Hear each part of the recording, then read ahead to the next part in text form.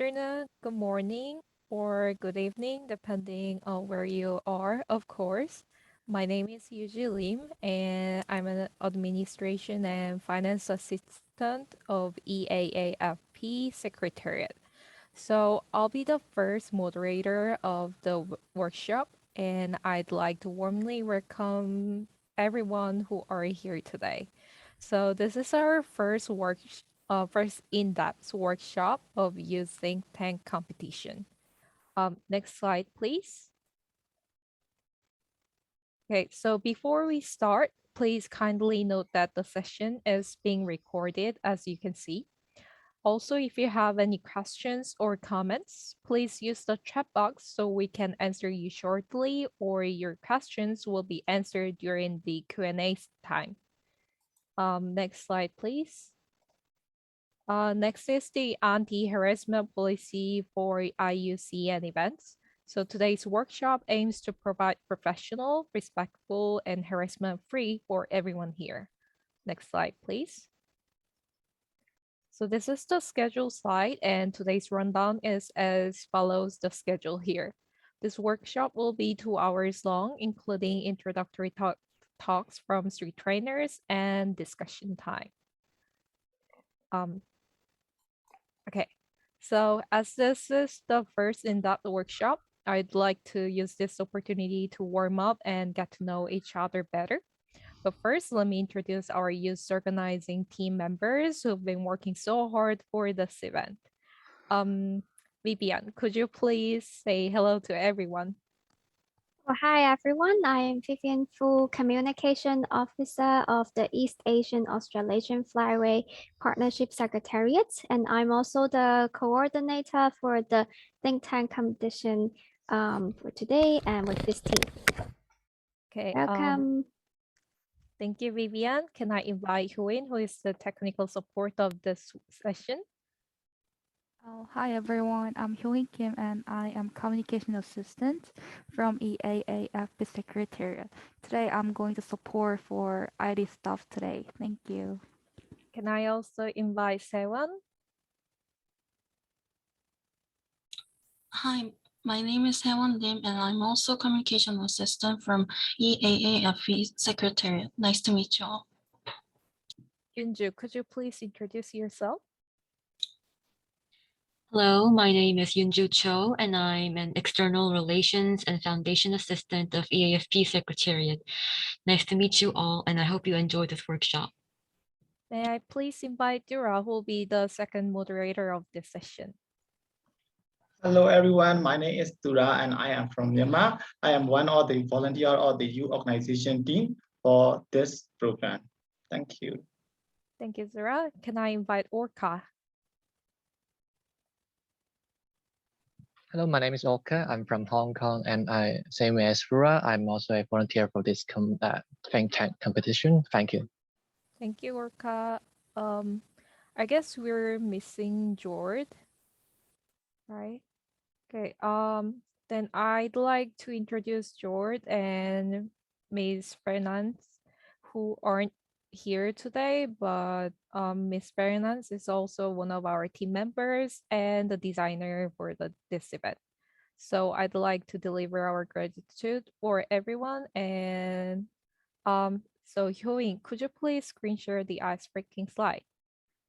Okay, dear all, please select the view options. Please click the view options from the top of the Zoom window, and there should be a menu saying annotate. If you click that toolbox, there should be another toolbox appear with all your options. And then please mark where you're from on the map.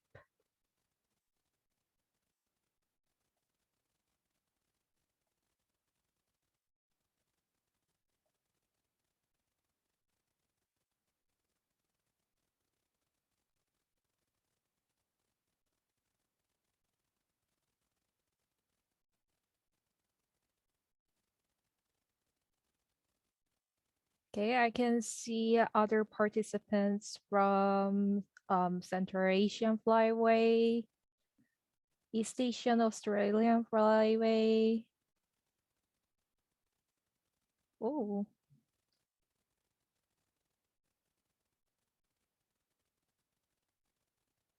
So if you see your screen, there should be a view options.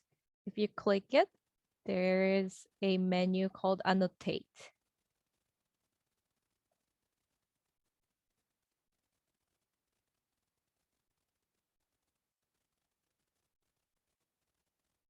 Oh.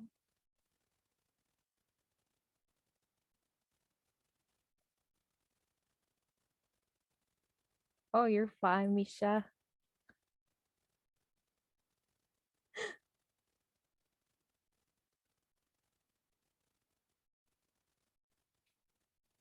Okay, I can see Central Asian Flyway. Most of us are from East Asian, Australasian Flyway that we belongs to.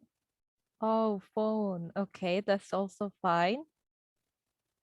And then West Pacific Flyway as well.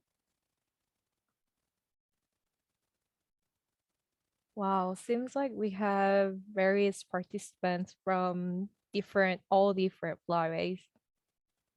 Okay, thank you everyone. Thank you very much for cooperation and welcome. Let's just clear all the drawings.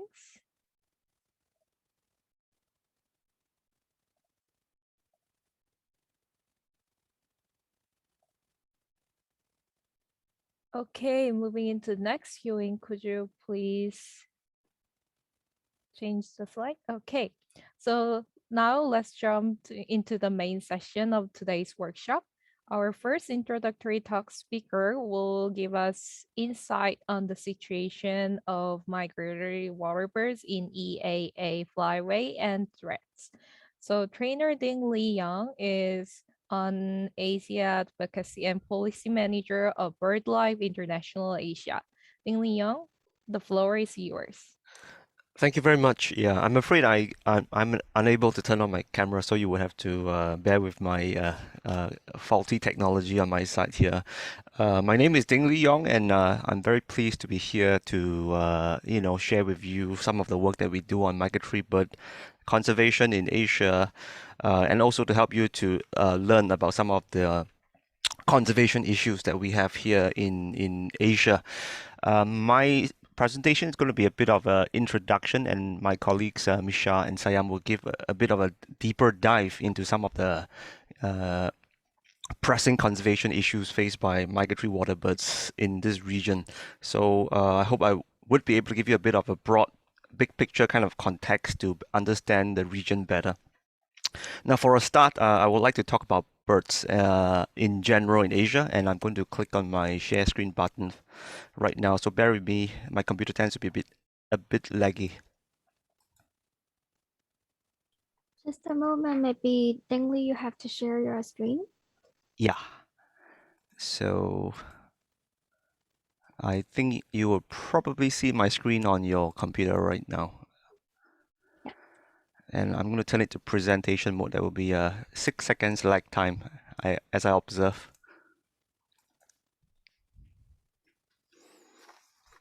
All right, I think it's on the screen right now. Yeah.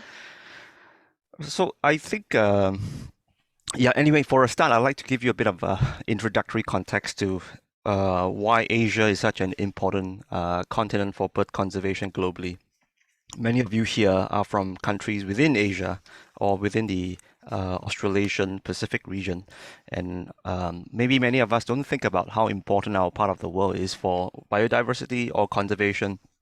But for those of us who look at animals or care about birds, we look at the big picture. We see that actually Asia at the global level is really important for bird conservation.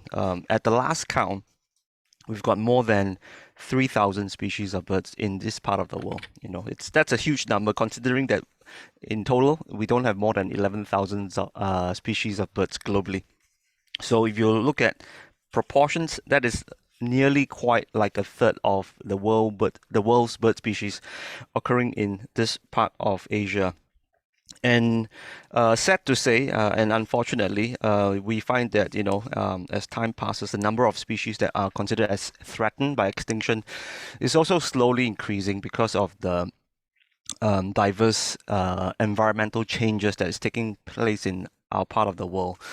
And as of last count, and I say last count meaning as of last year when we did these numbers, about 1,491 species of birds in Asia are already considered as threatened. So to put things in context, we've got 1 out of 3 species of bird globally here in Asia. But of this 1 out of 3 species, of this 3,400 over species, a third of that is currently in danger of extinction. And for those of you who are coming to this talk from Southeast Asia or the tropical parts of Asia, you find that there's a huge concentration of bird species in this part of the world. Southeast Asia takes up a rather small part of the region. It's only about 10% really, the total area of the Asian continent. But this area is also where a lot of biodiversity is concentrated. More than 2/3 of the birds that we have in Asia are in Southeast Asia, and of those that are threatened, 2 out of 3 of these threatened species that we have are actually here from Southeast Asia. Many of the migratory birds that we'll talk about later on also come through Southeast Asia, pass through Southeast Asia, or use Southeast Asian ecosystems, on their migratory journey year-round. Now, moving on into the topic of migratory birds, which is the reason why we are here today. We are talking about migratory birds and their conservation, right? A bit of context on migratory birds in Asia. Now that you've known that Asia is such an important continent for bird species in general, I don't think it will strike you to be surprising that a lot of the world's migratory bird species are also found here in Asia. About as of last count, we've got about 600 different kinds of migratory species here in Asia, across the East Asian Australasian Flyway, across the Central Asian Flyway, and of that number, about one third of that are actually considered as waterbirds, which are birds that are dependent on wetland ecosystems for their lives. A lot of our migratory birds here are also considered as long-distance migrants, which means that these species, they cover very large distances on their migratory journey from where they breed, often in places in temperate parts of China or in the boreal parts of Russia, to the places that they spend time during the winter in tropical parts of Asia. So many of these birds that we have, many of these migratory birds that we have here in Asia are considered by scientists as long-distance migrants. They fly very large distances in excess of 5,000 kilometers each way to get from where they breed to where they spend their winter. As a continent, Asia overlaps with a number of flyways, right? Because Asia is so wide, right? It stretches over a lot of longitude, right? From the western part of Asia, which is towards the Middle East, to the eastern part of Asia. That's a very large span of longitude, stretching for over more than 5,000 to 6,000 kilometers. So you wouldn't be surprised that Asia actually overlaps with three different migratory systems, 3 different flyways, so to speak, of which many of us here are from the East Asian Australasian Flyway or the Central Asian Flyway. Migratory birds are very special at the ecological level for a lot of different ways, which I probably won't have time to go into the details. But if you think about it, migratory birds are important to us at the ecological level because by virtue of their migrations, right, moving from different ecosystems in the northern parts of the world to the tropics, they are effectively joining up these ecosystems, which of course we don't tend to think about when we look at them in isolation. So for your migratory shorebird or migratory sandpiper that comes from, say, Russia, goes to China, goes to Vietnam, goes to Australia, that bird on its own is effectively connecting the ecosystems in Russia, the tundra ecosystems in Russia, the coastal wetland ecosystems of China, with the tropical ecosystems of Southeast Asia and towards Australasia.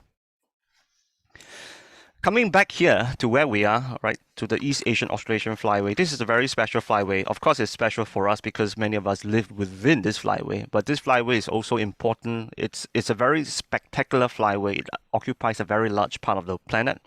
As I understand, this East Asian Australasian Flyway is considered by many of our colleagues to be the largest flyway on the planet. One of the most diverse flyways because it links up so many different kinds of ecosystems, from boreal to Arctic to tropical to temperate. But not surprisingly, this is also what many of us know to be the most crowded of the world's flyway. Crowded in terms not just of bird species, but also in terms of human populations. Most of the most populous countries on the planet are here in the East Asian Australasian Flyway. If you take the population of China, for example, and you add that with the population of Southeast Asia, Northeast Asia, easily you'll find that in this part of the world, more than 1.6 billion people live along this flyway, making it, as I have mentioned, the most crowded flyway on the planet.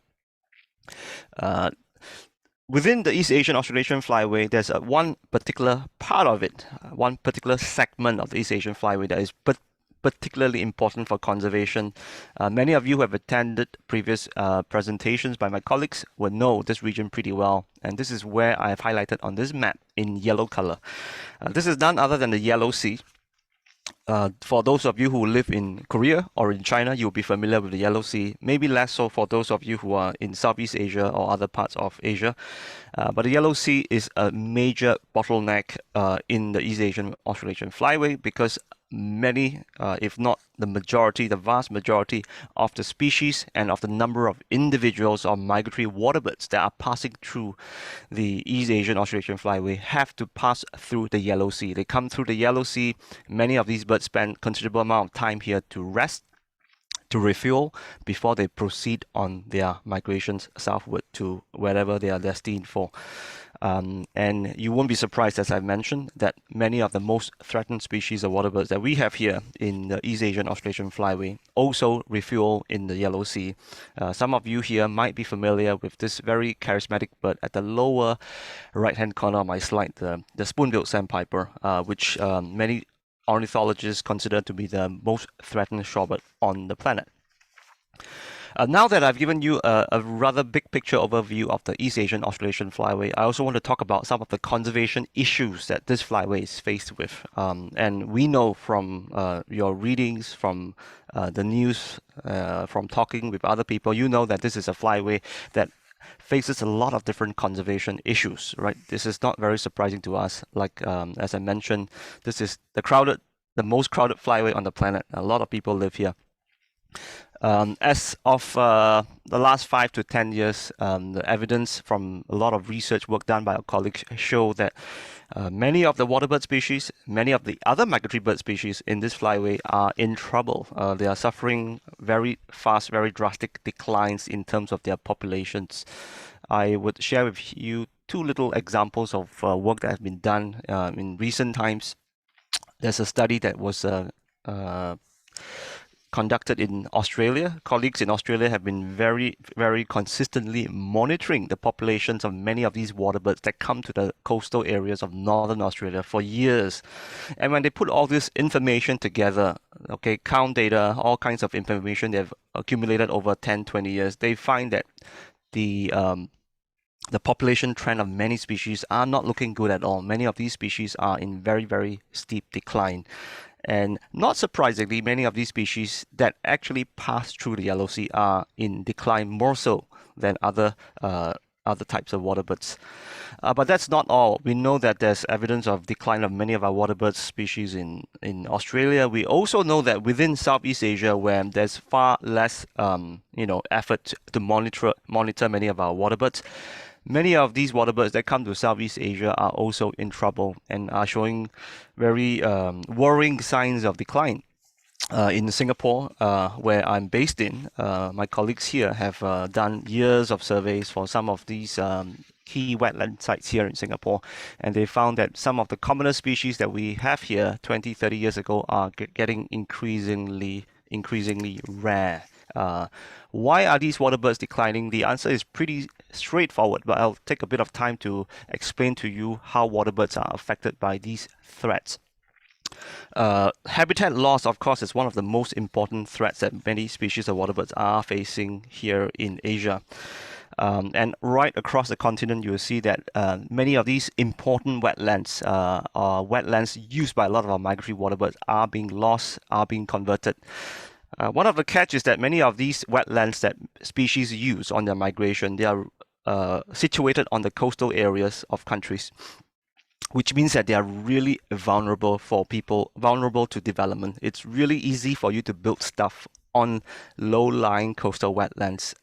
You could reclaim those lands, and once the land has been reclaimed, you increase the amount of land area where you can actually build things like ports, industrial areas, residential areas. And many of us here in Asia are actually, unfortunately, living or working on land that has been reclaimed at the expense of coastal wetlands. The statistics don't lie. When you look at the numbers, we know that many of these wetlands are in decline across the continent.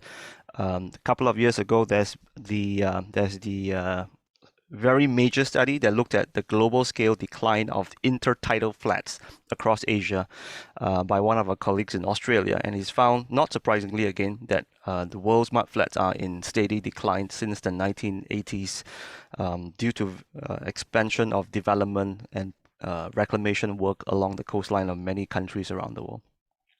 Not just mud flats are in trouble, mangrove swamps are also in trouble. If you look across Asia, like I say, there's lots of development going on the coast.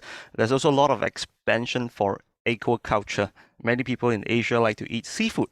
A lot of us like to eat prawns, fish, and to harvest, to raise these prawns, to raise this fish and all these kinds of seafood that we like to have in our cuisine, that means that wetlands are impacted because people convert these wetlands to expand their aquaculture, their fish farms, their prawn farms, and all that. So a lot of mangroves increasingly are lost in Southeast Asia because a lot of these wetlands are being cleared to make way for aquaculture. But that is not all. I've talked about habitat loss, but there are also other factors that work together with habitat loss to drive, to cause the decline of many species of water birds. We know that another major threat that biodiversity face in this part of the world comes from invasive species that don't belong. They've been brought there by people, and many of these species end up doing very well and often expanding very quickly at the expense of the ecosystems that they have overtaken. I'd like to give the example of this coastal grass that many of you might have heard about. This is called the cordgrass, which has overrun many of these intertidal wetlands in East Asia. It's affected many wetlands in the coastal parts of China. It's increasingly a problem in the coastal parts of Korea. And what this invasive plant actually does is that it reduces the amount of habitat that's available for birds to feed. So overall, you add the combined impacts of habitat loss and habitat degradation from invasive species such as the cordgrass, the smooth cordgrass, the impact faced by a lot of migratory birds is quite substantial. But that is not all. Habitat loss and degradation is, of course, a very big problem for migratory water birds in Asia. There are also other threats that migratory birds are facing in this part of the world. Not many of you might be aware, unless you have visited markets in various Southeast Asian countries, that hunting is another very major problem that we are increasingly concerned with. Hunting is a very big problem. A lot of coastal communities are engaged in hunting for a variety of reasons. Some hunters might be hunting birds for their livelihoods. There are also other hunters who hunt wild birds for supplementing their incomes. But if you put that into perspective, given the fact that so many of our water birds are in decline, the impact from hunting adds up to the threats, to the pressure many of these water bird populations are facing. And this makes hunting a really important threat that we conservationists are trying to address in the coming years. I share with you here a couple of snapshots that we've got from our work in Southeast Asia to get a sense of the scale of hunting in Southeast Asia. Some of my colleagues have visited markets, visited coastal areas where people trap birds, and the scale of the problem is large and far larger than what many of us had initially imagined. We find that each year, millions and millions of waterbirds are taken from the wild in the wetlands of Southeast Asia, southern China, parts of Bangladesh, parts of coastal India, all across the region. So hunting is obviously a very important threat that we have to deal with, and my colleague Sayam will give you a bit more background on that subsequently. And then, of course, thinking long-term and looking into the future, we know that these threats that waterbirds are facing do not act in isolation. They will interact with other kinds of environmental problems and get amplified, resulting in far severe pressures on species than we have imagined. Climate change is obviously a very big part of the global conservation agenda these days. And we know that climate change will pose a very big problem to migratory birds all across Asia in diverse ways. Imagine those migratory birds that we know that nest in the high Arctic tundra of Russia, of Finland, and other northern countries. As climate change progresses, we are increasingly seeing changes to the habitat. Many of these tundra habitat that a lot of these shorebirds currently use may no longer be suitable for them in the future. And that adds one more threat, one more driver of decline for so many of our migratory birds here in Asia. Now that you've seen, or at least have gotten a kind of big picture understanding of the threats, I don't think many of us are surprised that our East Asian Australasian flyway is the most threatened flyway in the world in terms of the sheer number of species that are threatened with extinction. On the IUCN Red List criteria, we have got 7 species that are considered as critically endangered. We've got 16 species that are considered as endangered and 38 other species that are vulnerable. And you put that together, we have got 61 species in total in the East Asian Australasian flyway as of 2020 that are considered as threatened with extinction. No other flyway on the planet have so many other threatened species of migratory birds. But that's not all, right? I've shared with you the threats. There are also other institutional challenges that we face in trying to protect our migratory birds. The threats are there. We need to deal with these threats, but there are challenges that are posed to us because of the way we govern our lands, the way we manage our wetlands, the way we manage protected areas. In Southeast Asia especially, we find that as much as we know that wetlands are important for biodiversity, are important for migratory birds, we know that there are huge gaps in the coverage of protected areas that overlap with key areas of wetlands. So think about it. If you are living in Southeast Asia, you may know of protected areas, national parks, nature reserves that overlap with some stunning areas of forests, mountain forests. But if you look at it more carefully, looking at this problem in detail, you'll find that surprisingly, there are actually very few areas of wetlands that are protected as national parks and nature reserve, and that is a problem. That means that authorities, governments in this region are not doing enough to protect that, and we have to try to close this gap in the next 5 to 10 years, or many of these critical wetlands will be lost forever. And of course, that's not all. There are governance issues that we face here in Southeast Asia. There are also issues of data deficiency. We know that some of these, we already know quite well some of these key sites for migratory species. But what I wanted to highlight here is that as much as we know about migratory species in Southeast Asia, there is science that shows that we still have a lot to learn about where these important wetlands are. A study that was carried out by our colleagues in recent years, where they put little satellite transmitters on these migratory birds, found that a lot of the places, a lot of the wetlands that these migratory birds that are being studied go to are actually unknown to the policymakers. They are unknown to the researchers, and that shows that there's still a lot to be learned about migratory birds in the East Asian Australasian flyway. We still need to do science, we need to do research, and we need to do surveys on the ground to better figure out where some of these most important wetland sites are before we can do something to protect them. That brings me to my very last slide. As I've shared with you, we find that the protection and conservation of migratory waterbirds in Asia is not an easy thing to deal with. Migratory birds are faced with a whole myriad of threats, ranging from habitat loss and degradation to invasive species to hunting, which recent studies have revealed to be a major problem. You've also seen from my presentation that there are also other institutional challenges posed by lack of data that has impeded our progress in protecting key wetlands for migratory species. I just wanted to end off by sharing a little bit about the work that my organization does in Asia. Sitting in the BirdLife Secretariat, my team work very closely with our colleagues across different Asian countries. In at least 10 countries at current count. We work with the local teams to protect nature reserves. We work with the local teams to manage some of these nature reserves so that they can be better protected for migratory species. And of course, not least, we work closely with local communities and with the public to create a better awareness of migratory species, as well as the wetland habitats a lot of these migratory species depend on.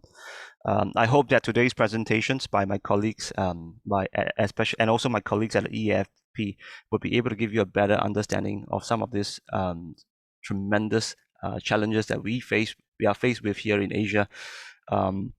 And I hope you can put your creative thinking cap together to think of creative solutions to help our migratory species here in Asia. That brings me to the end of my presentation. Thank you very much for joining. Thank you very much, Dr. Li Yong, for the insightful information and the heads up. Okay, thank you very much, Hyun. So now moving on to the second introductory talk, I would like to invite trainer Micha Jackson, who will share the importance of habitat loss and the impacts. Micha is a researcher at the University of Adelaide working on waterbird habitat quality in South Australia. Also, she's a member of the EAAFP Shorebird Working Group. Dr. Micha Jackson, now you have the floor. Thank you very much. Can you hear me okay? Yep. Could you please share your screen? Yeah.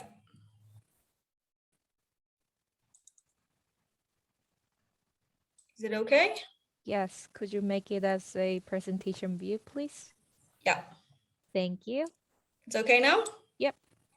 Okay, good. Thank you very much. Thank you very much to the EAAFP for inviting me today, and mostly thanks to everyone who has joined us from all the different places around the world. It's really exciting to have you here and to spend some time together today.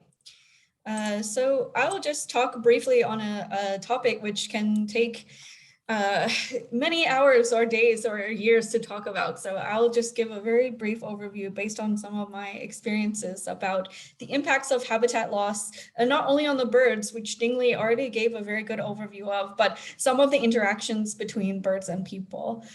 Li talked about how we are in this flyway, the EAAF, we are living in some of the most crowded places in the world. There are a very high human population and also a lot of birds, and we're in the same coastal areas. So when habitat loss in coastal areas is impacting the birds, there's also a lot of aspects of that that has to do with people as well. So I'll just touch briefly on a few ideas around this topic. Okay, so I just wanted to point out first that when we say water birds, there's a lot of different water birds, right? We have more than 200 species or so on in our flyway. And water birds can be very different. So you might be familiar with pelicans or ducks or egrets. And then we also have this one specific type of water birds called shorebirds. And I only mention this because most of what I'm talking about is most relevant to shorebirds. Some of these issues are a little bit different for those other types of birds.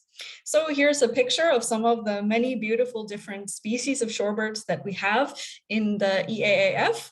And I just wanted to say that the main thing that makes a shorebird is that for the most part, you can look at the photos, you can see that they have quite long legs in relation to their body. And in many cases, they have long beaks as well, like this one here with a stilt and the bar-tailed godwit. Many of them have long beaks. So really the characteristics that they share is that they're feeding in these muddy, shallow water environments. That's why those coastal mudflats that Ding-Li was talking about are so important for them, because they tend to find food in the wet, muddy areas or a little bit of shallow water. And then they have all these different kinds of beaks that help them to access different kinds of food in the mud. So some of them maybe push their beaks way down into the mud, like this eastern curlew. And some of them maybe have more of a pointy beak so that they can find food on top of the mud, searching with their eyes and then finding the food. But what they have in common is, okay, they're finding food in the mud. So I wanted to say, reinforce what Ding-Li is saying, that mud is wonderful. You might look at a picture of a huge mud flat like this, which is in Jiangsu province, and think, well, it's just mud, nothing's there. But there's so much happening in this mud. There's all sorts of organisms living underneath the mud. There are all these thousands of birds using the mud. When the water comes in and covers up the mud at high tide, it's full of fish and crabs, sea cucumbers, jellyfish, everything you can think of. But also the mud is providing really important ecosystem services. So it's helping to clean the air and the water. It's helping to protect the coastline from big storm surges. And it's supporting fisheries, these near shore fisheries. So, you know, fisheries for crabs and small fish and so on that take place near the coast. So mud is wonderful for birds and for people as well. Why it's not moving? There we go. But as Ding-Li mentioned, there's quite a few problems with this habitat that is very important, especially for shorebirds.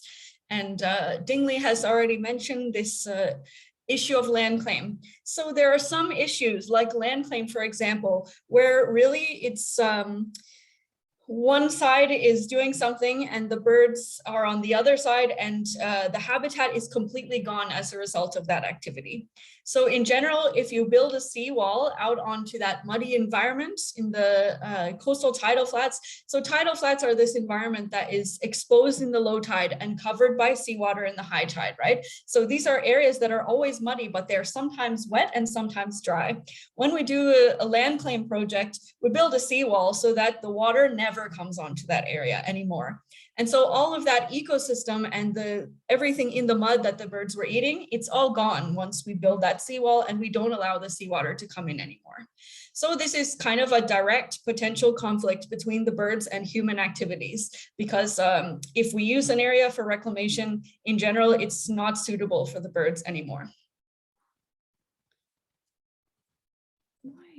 Another interesting thing is that many of you might be aware or even involved with some programs to replant mangroves. Ding-Li also talked about the decline in mangrove forests, and this is a very important issue around the world. And there are now many mangrove afforestation programs or blue carbon programs where we actually want to start replanting mangroves. But in some cases, mangroves may be planted on places that used to be just the bare mud.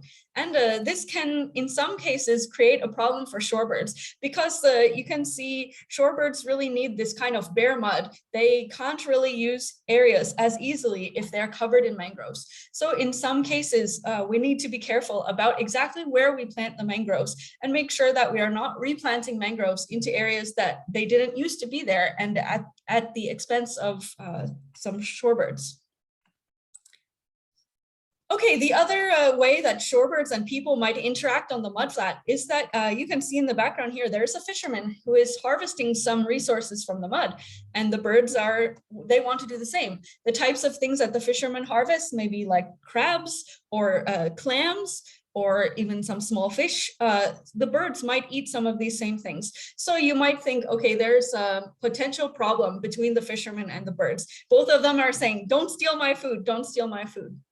However, on the other hand, if we have a nice mudflat that is full of food, which both the fishermen and the shorebirds like, and someone proposes to do a reclamation project there, well, then the fishermen and the shorebirds are both in danger.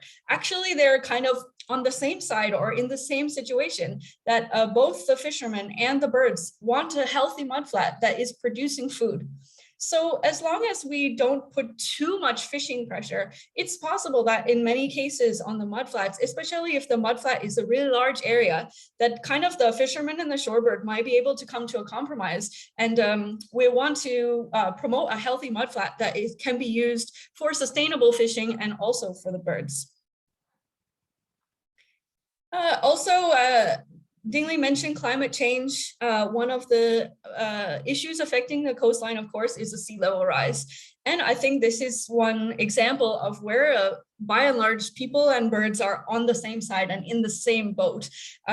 If we have instances of very high level sea level rise, and this covers over the mudflats, and we don't have mudflats anymore, and this goes all the way up onto the coast. Maybe it's destroying some roads or making some areas inundated with seawater. This is a lose for everyone. The birds lose, and the people lose as well. So those are some of the issues I wanted to talk about on those tidal flats, those areas that get inundated at high tide and are exposed during the low tide. But I also wanted to talk about one other aspect of shorebirds' life and one other aspect of shorebirds' habitat, and this is the high tide sites.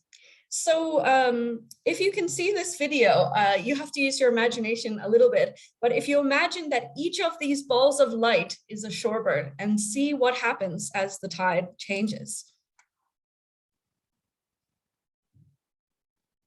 So if you follow the pathways of those bits of light and imagine that they are the birds, you can see when the tide goes out, the birds are spreading out onto those mudflats, which we already talked about.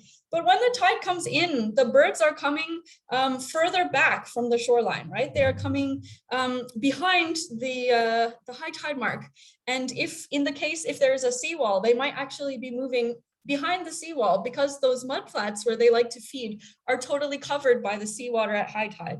And so we call these places where the shorebirds gather together in groups the high tide roost sites. And there are also some interesting interactions, of course, between birds and people at these high tide roost sites. So just to reinforce, if you imagine the top three pictures are mudflats, and then you have a seawall, and then inside the seawall, you have an aquaculture pond, for example. You can see in the low tide, their birds are all on the mudflat. They're not in the pond.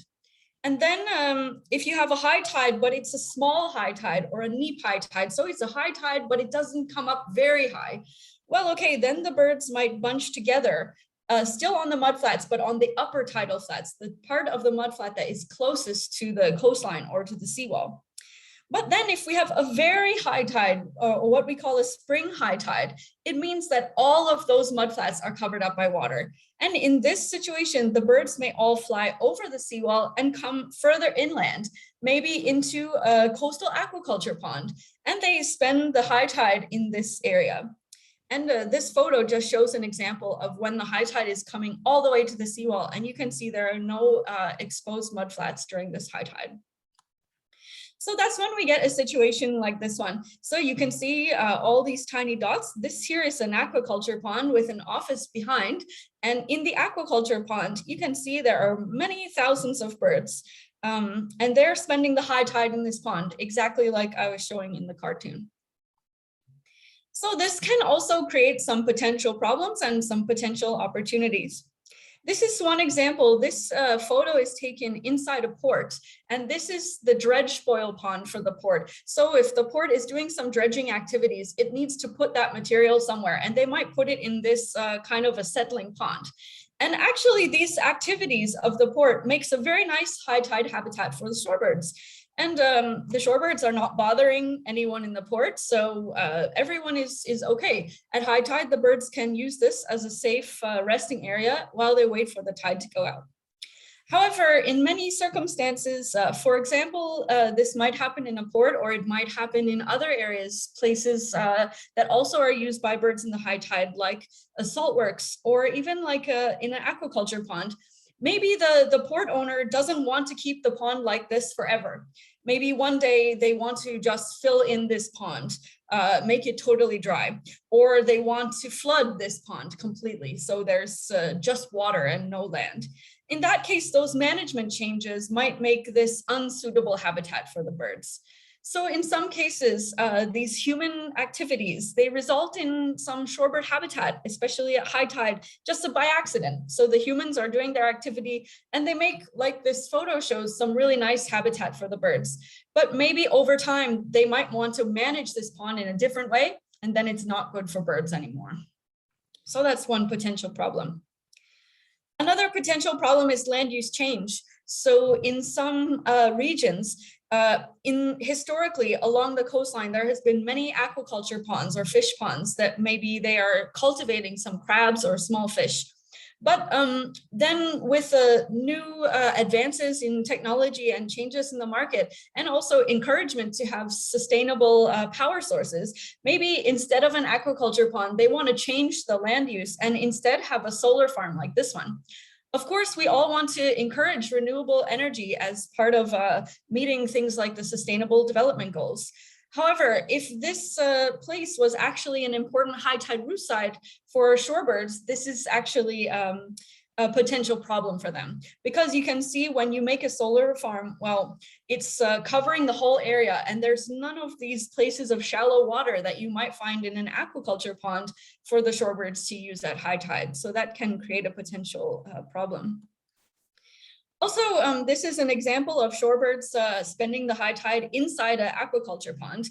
And in some cases, either shorebirds or other kind of water birds like egrets and herons, they might eat some of the products that the fishermen are making. And this may not make the aquaculture producers very happy. So in this case, there may be some potential conflict, and the managers of the ponds may not want to have any birds there if they're afraid that the birds might eat their seafood products. On the other hand, this behavior of the birds at high tide can create an opportunity for people who manage coastal ponds. So we talked earlier about spoon-billed sandpiper, and people love to take photos of spoon-billed sandpiper. They might come from very far away just to have a look or take a photo of a spoon-billed sandpiper. So in some cases, there's the potential to add some ecotourism activities to your pond. So maybe you could still run this like a fish pond, but you could also build a bird hide where people might pay a fee to come and watch the birds or take photos of them. So maybe in some cases, the birds are actually adding value to these high tide roost sites, and they might provide some economic opportunities for the pond managers. So I'll just finish by proposing a few potential solutions to some of these problems, which can be quite difficult. One thing is, here is a picture of two different mudflats, places of mudflats. Well, maybe for certain reasons, either the topography or the amount of food in there or some other factors we don't even understand. Maybe one of these mudflats is really important for birds and the other one is not such a good habitat. So if we need to have some impact on the mudflats, it's important to understand which are the most important areas for the birds and make sure that those areas get the most protection possible. I also mentioned ecotourism already. So maybe promoting the value of these areas. So you see a place that just looks like mud, but actually in the high tide, we get thousands of birds gathering there. Well, more and more all around the world, bird watching is becoming more and more popular every day. This is a trophy from a bird watching competition from a local area in Queensland, Australia. And many of these kind of contests for who can see the most birds or who can see the rarest birds are popping up around the world. So there's definitely an opportunity to capitalize on this new interest in birds for ecotourism opportunities and add value to the coastal areas because the birds are there. Finally, I think, especially as scientists and conservationists, we have a responsibility to try to help land managers to improve their management for birds. So just as an example, some colleagues and myself recently made some guidelines, some simple guidelines for the pond managers in the high tide situation. So helping them to understand why do they see birds in their ponds and what can they do to keep the conditions in their ponds good for the birds. And we have so far been able to translate those into 7 languages, and they are freely available to download from the EAAFP website if you follow this QR code. So there are opportunities to improve the situation for birds in these coastal zones by improving their management.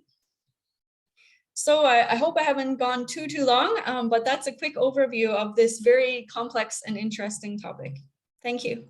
Thank you so much, Micha, for the inspiring and informative speech. Last but not least, we prepared a video on the other threats, legal hunting from the trainer Sayam Chowdhury. Sayam is a conservation biologist and assistant coordinator of the spoon-billed Sandpiper task force. Hyun, could you please turn his video?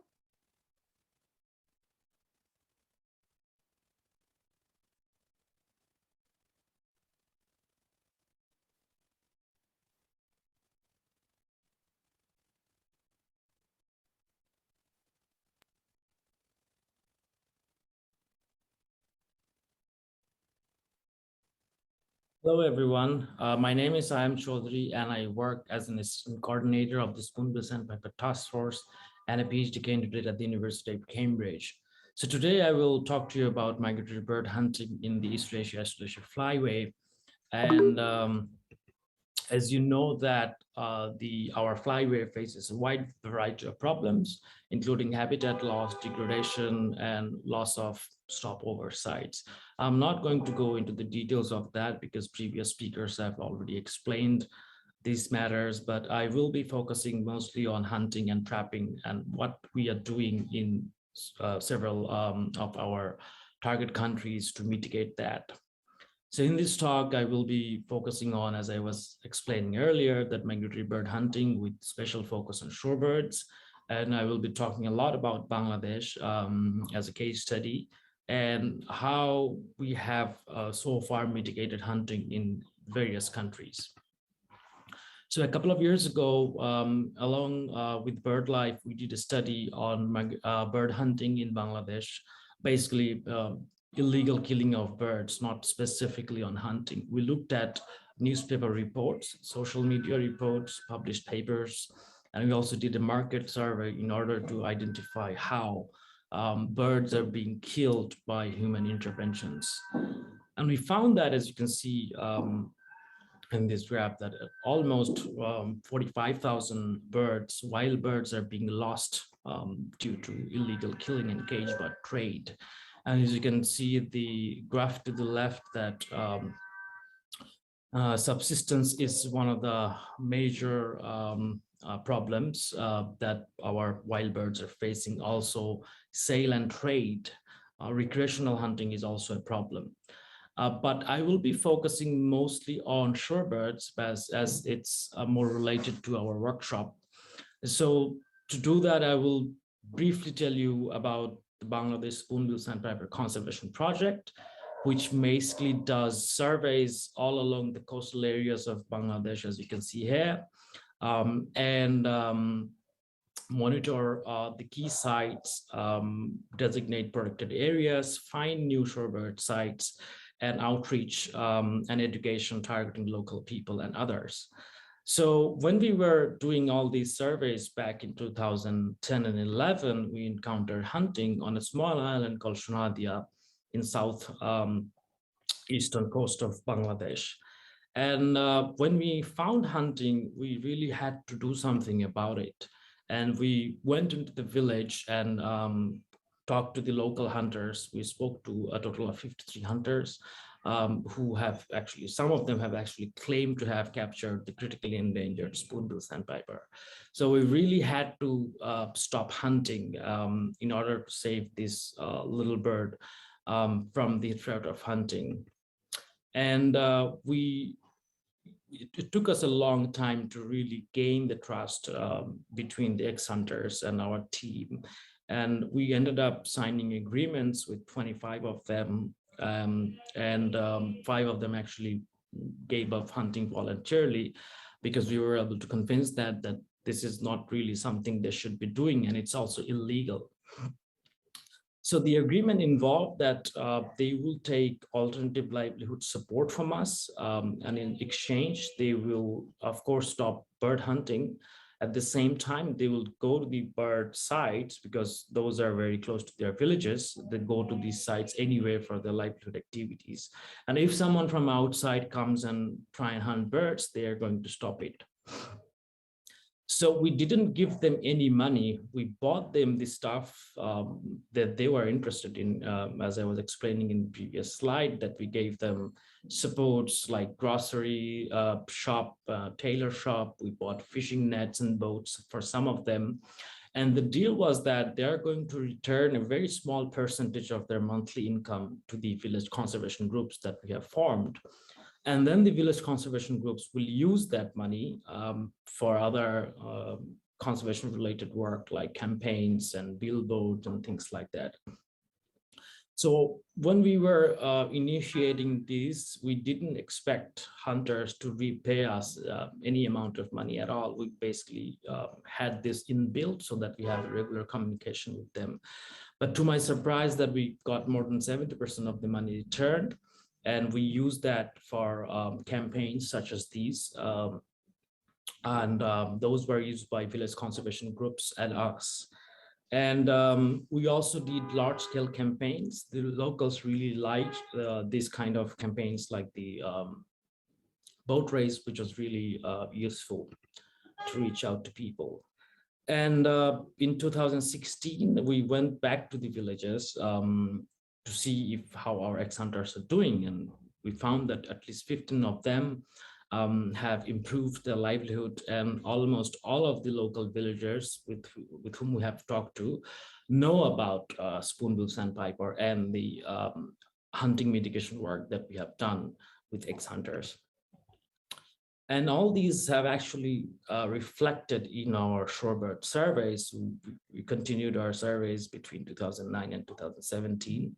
And we saw that there is an increase in small and large wader species because of the overall lack of disturbance and possibly also hunting mitigation work that we did. Similarly, in Myanmar, we have had same problems in 2010 and 11 in a much larger scale compared to Bangladesh. And as you saw, that the hunting method here was quite different than Bangladesh. People used to use big mist nets to catch large number of birds, where in Bangladesh, the local hunters mostly use noose traps. So similarly, in Myanmar, with the help of our local partner bank, we worked with a total of 64 hunters and provided them with various alternative livelihood supports, quite similar to Bangladesh, but also slightly different. For example, we had given ice boxes to local people, local villagers and fishermen. This was really useful, and poultry such as ducks.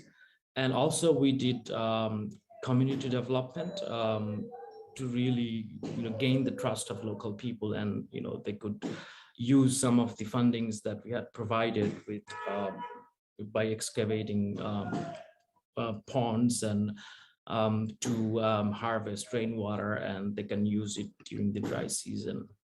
And campaign, as I was explaining earlier, that is really important to talk to the locals and explain to them why we're doing it and why it's important. And lastly, law enforcement, that is also really important. So basically there are three key pillars in the hunting mitigation work that we have done in Bangladesh, Myanmar. One is that you provide them with an alternative livelihood support. Secondly, you talk to everyone in the village and explain to them that you have provided support to the ex-hunters so that they can't go back to the village to sell birds, because everyone knows that they had committed to stop hunting and took support. And if none of these work, then you have to talk to the local enforcement. So in China, it was very different. In 2012, we found that South China is a critically important site for spoonbill sandpiper, and there are also illegal mist nets, and lots of shorebirds are being killed due to that. And there, the intervention was quite different, because we had an army of volunteers who basically reported any mist net that they could see in the mudflats or in other habitats, and reported to the local police, and they, with the help of the volunteers, local police would go to the sites and remove these mist nets. So wrapping up, the main things about shorebird hunting in the East Asia Flyway, and to understand for you guys, is that there are different kinds of hunting methods in different countries, or even in different sites in within the same country, and the objectives could be quite different. Sometimes it's just income, sometimes it's local nutrient source, and therefore understanding the details on how, why, when, and who are the hunters are really important before you could start mitigation work. And what worked in one country may not work in another country. So that is also important. And despite all of that, you are actually helping the local people to improve their livelihood and get into a livelihood that is legal and socially accepted. And lastly, we should certainly use evidence from elsewhere, but we have to look into the local situation and improvise. So that is also really important to improvise our interventions. So that's it. My time is over, and thanks very much. And I will be here to talk to you more. Okay, thank you very much, Sayam, for sharing your thoughtful insights. And before we moving on to next, Mr. Dura will now take the floor as a main moderator. Mr. Dura, please start when you're ready. Hello, everyone. Again, now I'm going to be the moderator for the remaining session. Now, just the question and answer session. We have 10 minutes for this session. So if you have any question for our speakers, please turn on your mics and video, and you can ask directly to the speakers. Also, I would like to welcome all participants and also members of our organization teams to ask the question if you have any questions.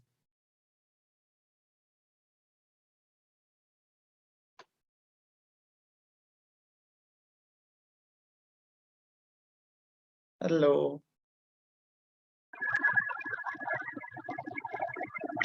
Hi. I'm Prasad. Yeah, this is Prasad from India. Yeah. And I have a question for Micha. Okay. The question is, what if the shores are lost? How the birds will, the shorebirds, where will the shorebirds go? Even I work on shorebirds from inland wetlands. I'm working on migratory patterns, migratory birds in inland wetlands. There also, they removing the shore areas, they giving mere importance to water only water storage thing. So if it both affects inland and coastal lands, how we going to face this situation in future for the conservation of migratory water birds? Yeah, it's a really good question, and it's great to know that you're working on these same types of habitat issues in India. Thank you. Yeah, I mean, this question you have, that's the question we all have, right? I mean, if all these coastal areas, if people want to use them for all these other activities and not keep them in their natural state, where will the birds go? This is the problem. So, I think in our flyway, Dingley was discussing the declines that have been observed in our population. So one answer is, if we do this too much and we don't make room for the birds, and we don't ask, okay, what are the most important places for the birds, and how can we adjust our plans so that those really important areas remain safe and remain available for the birds, then the answer is the birds' populations will decline. Some of them won't be able to survive because they won't have enough food and they won't have enough places to rest, especially if they are migratory birds. So I think there's no easy answer to the question, and I think it's the question that we're all facing and we're all working on. And some of these potential solutions I was talking about are just a few ideas and some things that have been quite successful so far in our Flyway in terms of trying to identify the most important areas for the birds and get those protected. So for example, both China and South Korea have recently listed some remaining important tidal flats as World Heritage Sites so that they should be protected and not be subjected to too much development pressure. And the only way that I think this occurred is because people became more aware of the birds, became aware of these declines, and we're talking a lot about wanting not to lose these birds. But yeah, it's quite difficult. I think Sayam or Dingley might have some other thoughts. I can add a little bit with Micha. So you were saying that there are local developments going on in India. So if, in many projects, there are ways to include mitigation measures. So it would really depend on your local situation and the authority who is doing the development. Then you can go and talk to them, and you can, show them a solution. And a very good document is there, uploaded on the East Asia Flyway Partnership website that Micha shared. You can use that to convince them that you could leave some of these places for birds for roosting, as well as foraging.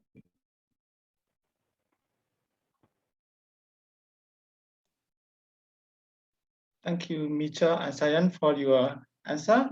Now we have got two questions in the chat box. The first question is from the Orca, and this question goes to Micha. The question is how to strike a balance between maintaining mangrove area, important habitat for climate change adaptation, and mudflat feeding and roosting site for birds. Yeah, this is a good question. And actually myself and some colleagues are working on a publication about this exact question just right now. So stay tuned. But I think a few ideas that I have. So I agree. I mean, mangroves are really important. And as Dingley was saying, we've also lost a lot of mangroves as well as a lot of bare tidal flats. And so I think some of the ways that we can strike this balance when we are looking at promoting mangrove reforestation, for example, is firstly to prioritize. So if we, in many cases, we don't necessarily know which are the most important areas for the birds. So if we don't know which are the most important areas, then we cannot prioritize effectively. So one thing is to know which are those areas that are really critical for the birds to stay as bare tidal flats. And then we think very carefully about mangroves in those areas. And perhaps we say those areas are not very good for mangroves. The other thing I would say is that I have heard of examples of some mangrove programs where mangroves are either being planted, firstly, where they never used to grow, so it's not an area where they're occurring naturally, or secondly, in an area where they won't survive anyway, because it's not suitable. So people just may get some funding for mangrove planting and they just plant them everywhere.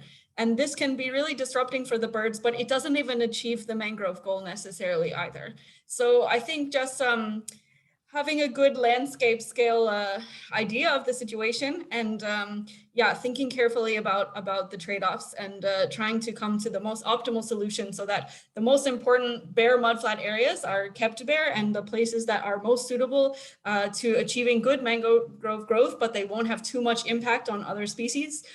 Or maybe they are the most important areas for those species which do need the mangroves. Yeah, so I think just planning is the short answer. But it's not always easy. Thank you, Micha. The next question is from Gianni, and the question is, what is the extent or embed of fishing in wetland area on the ecosystem? And are there socio-economic embeds to those who make a levy out or fishing on wetlands if we choose to preserve them? And there are any research around man-made wetlands? So I think the question is about the embed or the fishery in the wetland area is the habitat degradation. So who would like to answer the question, please? Hey, you want to take it on? Sorry, me? Yeah. I wanted to say something about fishing. Yeah, partly because I'm such a devout fish eater myself. I think you can also add something after my comment because I think you work a lot with fishing communities.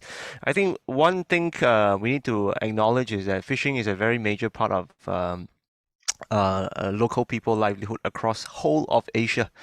Fishermen living in fishing communities from the coast of India all the way to the coast of China. A lot of people depend on fishing for their livelihoods.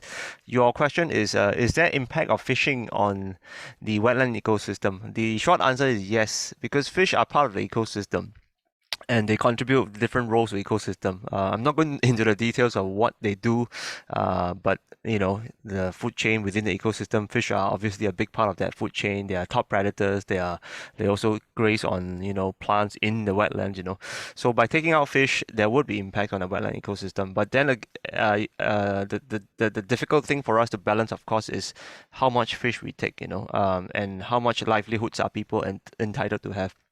I think there's no clear or easy answer on this because a lot of people, as we can see in Asia, depend on the wetland for their livelihood.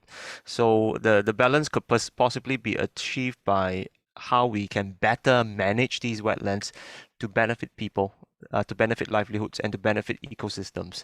The studies accumulated by people working in fisheries research or shell fisheries research shows that if we fish sustainably, we can mitigate our impact on wetland ecosystem. And these kinds of measures are now being, implemented in wetlands across the region. We try to catch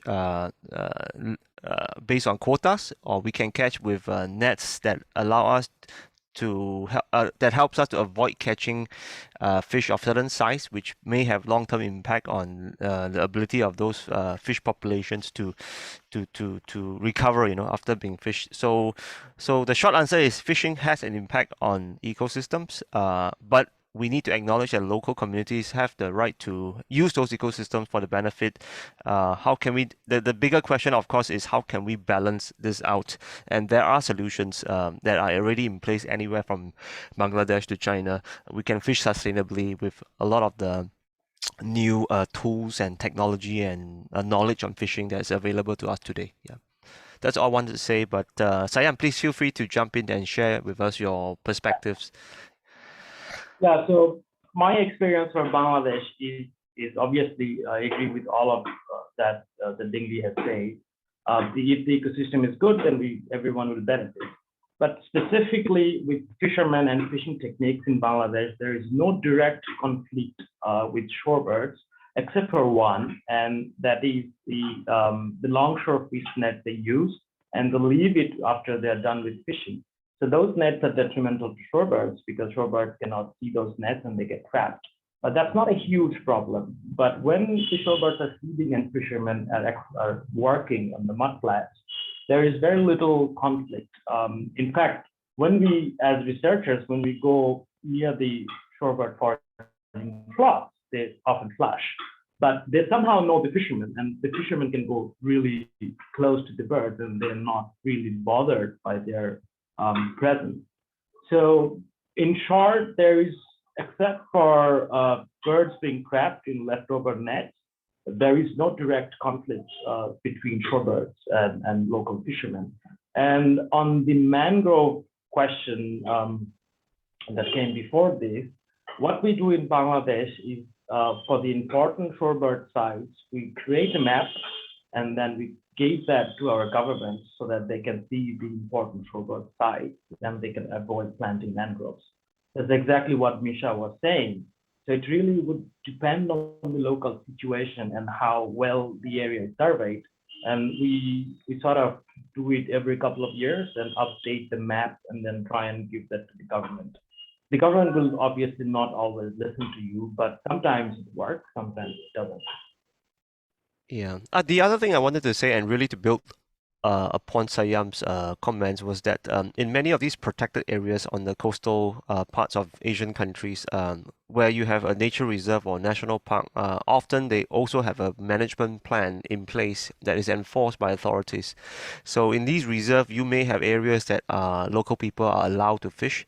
There are areas that are considered as core protection areas where there will be no human activities. So ultimately, these problems are not so simple. They are not what do you call that, a black and white kind of situation, and we have solutions to deal with them by zoning out the spaces in the wetland, whereby some areas are reserved for nature protection, some areas are reserved for local people to harvest seafood, shellfish, and some areas are reserved as a buffer zone whereby you can allow certain kinds of activities during certain times of the year. Yeah, that's what I wanted to add on to what Sayam has mentioned.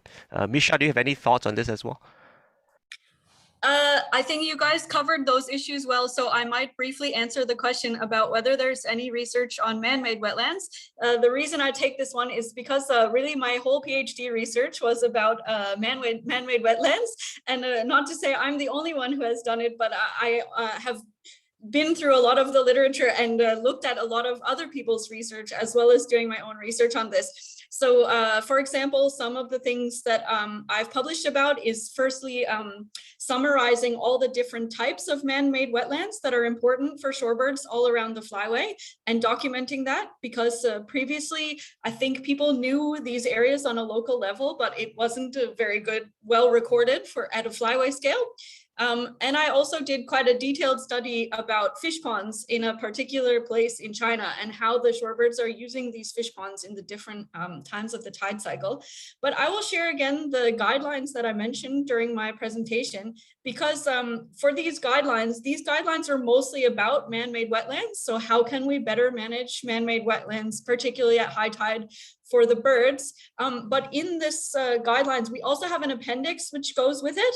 And the appendix has references and links to a lot of the research about man-made wetlands. So if you're interested in this topic, if you follow the link, which I'll put in the chat now, if you download the appendix from this, it has a list of a lot of the research from this flyway about man-made wetlands. Yeah. Okay, thank you all for all your clear and perfect answers and comments. Now we are a little bit behind the schedule, but we have one question in the chat box. The question is from Nang Qpui, and the question is there any agriculture could affect the ecosystem or waterbirds and how?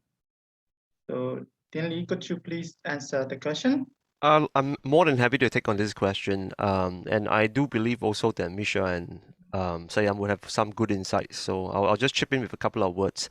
In my work in Cambodia and in Vietnam, I work with my colleagues in Cambodia and Vietnam in areas of wetlands that are obviously important to waterbirds, including spoon-billed sandpiper or other kinds of waterbirds like Sarus crane. But just beside these kinds of wetlands, there are also huge areas of paddy fields. What we see is that when agricultural areas come into close contact with natural wetlands and protected areas, pollution is a very big problem. And it's a problem that we don't still understand very well here in Asia, but we know that it must be happening because in many cases across Southeast Asia, where we try to increase the agricultural productivity of rice, we put in a lot of pesticides, we put in a lot of other chemical fertilizers, and of course when it rains, the water would wash a lot of these chemicals into the wetlands. How would this affect the wetlands specifically, and how would it affect the species of the wetlands? We still don't understand very well, but we suspect that a lot of these agricultural chemicals could accumulate in the bodies of a lot of birds, and in the long time it could compromise the bird's ability to reproduce, for example. It's a big problem, and we are still trying to find ways to better understand this problem. How agricultural pollution is going into the wetlands, and how would that impact birds and other wildlife in the long term. Sayam, do you want to say a few words about pollution as well? I think it's a hot topic amongst our circles these days, right? Yeah. So recently we were discussing that what kind of agricultural skills could impact shorebirds and all the other pollutants, heavy metals and other kind of stuff. So we just did a literature review, and we will be looking into the details of it, and hopefully we will have a clearer answer on how these are related to shorebird decline hopefully in the next year or so. Yeah, I just wanted to add that in one of the sites that we work in, we recovered a carcass of a Sarus crane. Sarus crane, for those of you living in Asia, you know that it's one of the most majestic flying birds. I think the autopsy showed that the Sarus crane had high levels of certain chemicals in its body. I cannot imagine where these chemicals will come from, except from the pesticides and the other chemicals used in farms. So it's a problem. We must acknowledge this problem, and we must use the science to find out more about how exactly it's affecting birds. Yeah.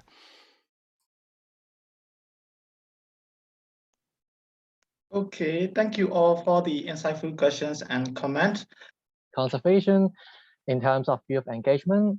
My name is Orca. I'm from Hong Kong and I work for the WWF Hong Kong. But today I will be your moderator in this workshop. We also have another moderator, Yunju. She's the External Relations and Foundations Assistant of the EAAFP Secretariat. So next slide, please. Okay. Next. So these are the rules for this workshop, but I'm pretty sure that you all are familiar with that. So I won't repeat them again. So next slide, please. Okay, so this is the schedule of this workshop. Today we are going to have 5 speakers for their sharing. And after that, we will have a Q&A session for you to ask our fellow speakers some questions.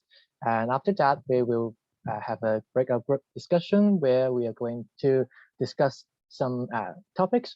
And after that, we will have a presentation just to summarize what you have discussed in the previous session. And this will be the end of our today's workshop. And so before we get started, I would like you to think more in this workshop and do not hesitate to share your thoughts with others, because if we want to make changes, first we have to think first. And so let's start with our very first speaker of today's workshop. His is Mark Edison Racuno from the Global Youth Biodiversity Network Southeast Asia. And Mark works as the Research and Development Coordinator of an NGO called Daluhe Daloin Belhe Inc. So based in Bella, Aurora, he has a background in biology and has a professional master's degree in tropical marine ecosystem management and Master of Science in Environmental Management. He works as the R&D coordinator. He works as the R&D coordinator in Daluhe Harmonizes Science and Traditions in developing participatory, inclusive, and enriched with environment and management and biodiversity conservation approaches.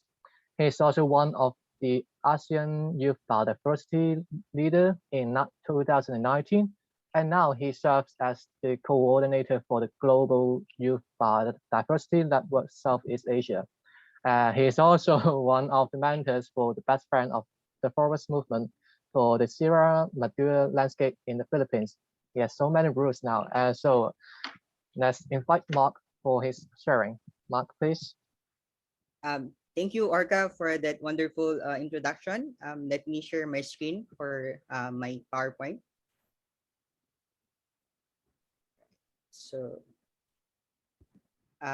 is everyone seeing my screen now? Yes.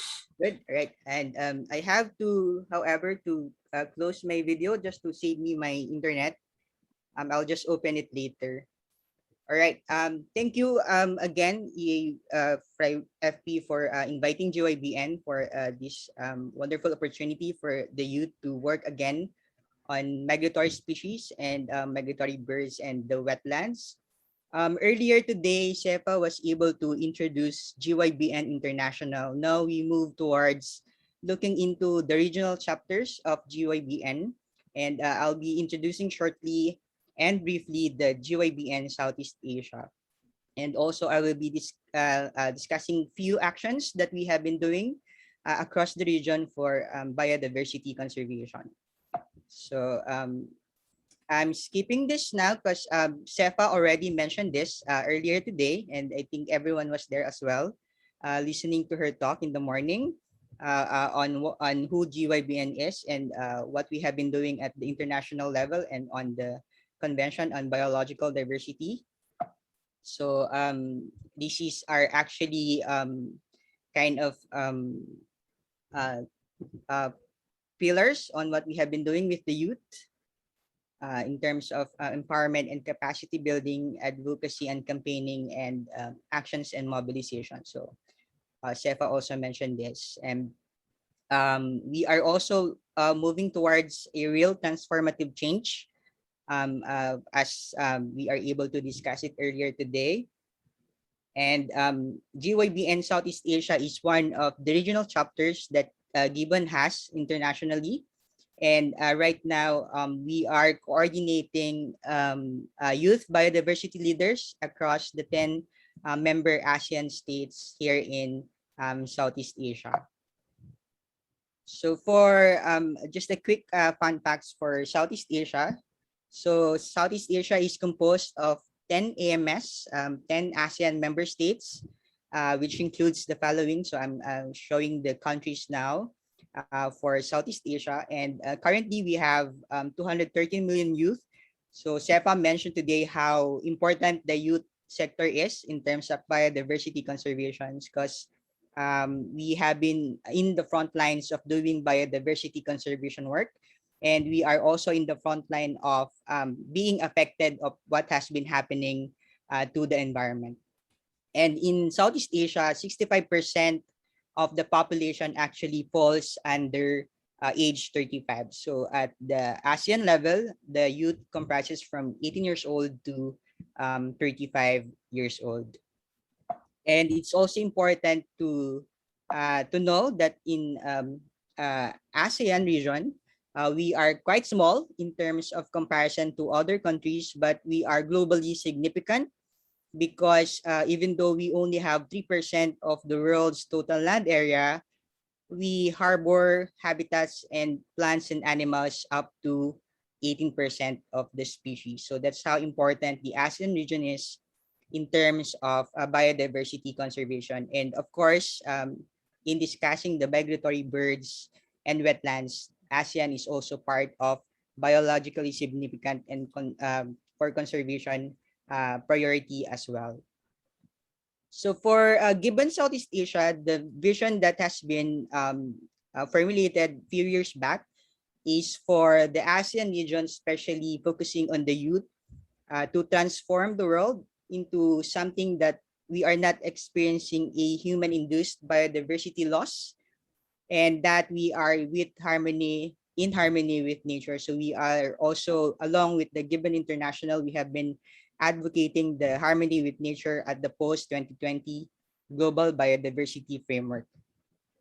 And for the mission of the organization, so it's really building the regional coalition of individuals and youth organizations across the 10 member states. So right now, we have GYBN Southeast Asia serve as a bridge between youth biodiversity leaders across the ASEAN member states and to other organizations, including the ASEAN Center for Biodiversity. So ASEAN Center for Biodiversity has been very supportive of the efforts of the youth biodiversity leaders across the 10 member states.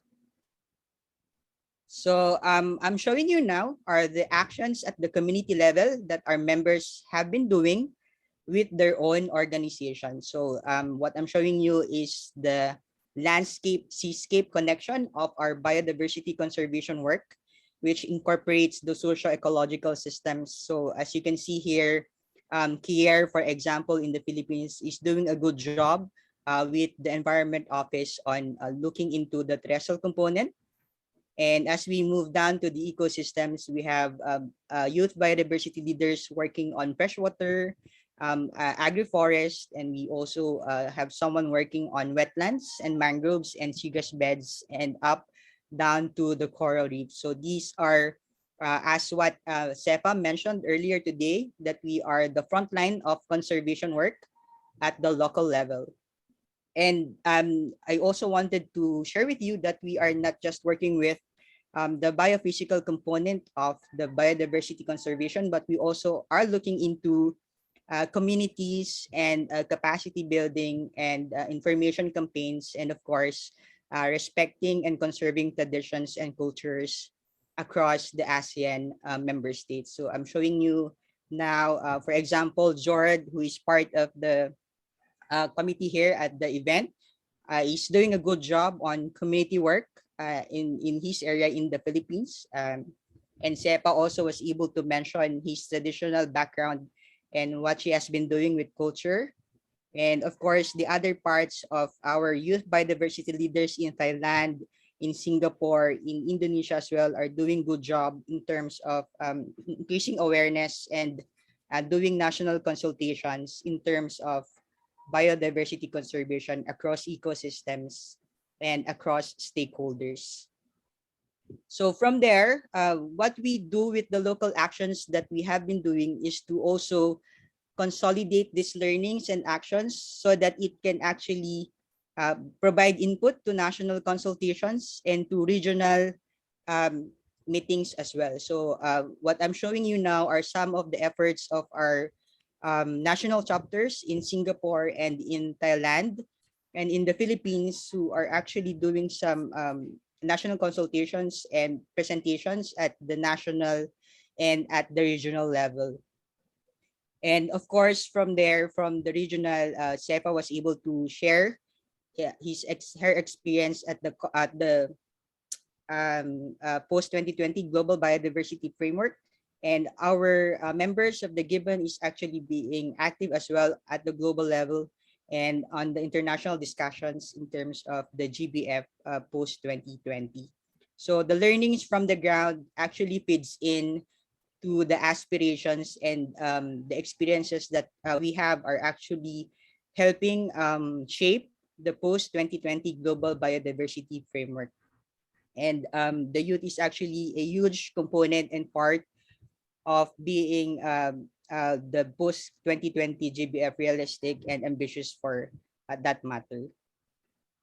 And also, we took an effort to also make sure that our youth biodiversity leaders are still working on their best amidst the pandemic. So we are able to conduct a 6-week long positive leadership workshop that connects them to their conservation work. Again, this is also supported by the ASEAN Center of Biodiversity through their AYBP program or the ASEAN Youth Biodiversity Program with the positive workplaces and given Southeast Asia. So what we did here is to focus on the strengths of our conservationists, our young conservationists and youth biodiversity leaders to optimize their strength and use the opportunity while we are in the pandemic to also do their advocacy campaigns on the online platform, for example. So this has been very successful, and we are now trying to look into more opportunities to expand the learnings to other parts of the ASEAN as well and to other young conservationists. So these are some of the things that we have been doing at the GYBN. And Sepa already showed this earlier today, and I also wanted to resonate this to everyone again, that we always remind the youth to take up their space and raise their voice higher and louder, because as I have shown everyone that we are at the front line of doing conservation work, and we are at the front line of also getting the impacts of the decisions and the policies that have been under negotiations at the global level. And of course, our voices and our actions matter, and this feeds in to the targets of the national biodiversity targets as well, up to the Aichi biodiversity targets. So I'm also resonating again this slide from SEPA.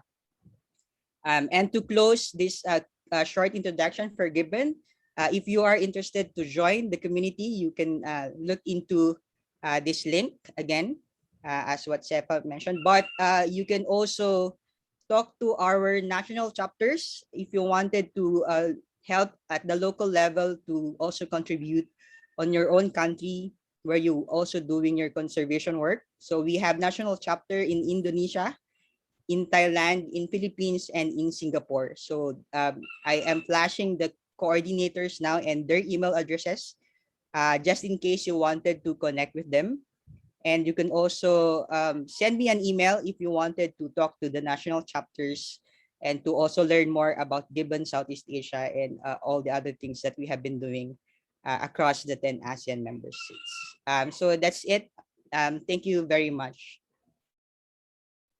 Thank you, Mark, for your presentation. So if you are interested to meet with new friends with same goal, feel free to register to become a member as a given new member. So our next speaker will be GA from the Green Environment Youth Korea. She is committed to climate change issues, fostering youth power in decision-making on climate change policy. GA, please.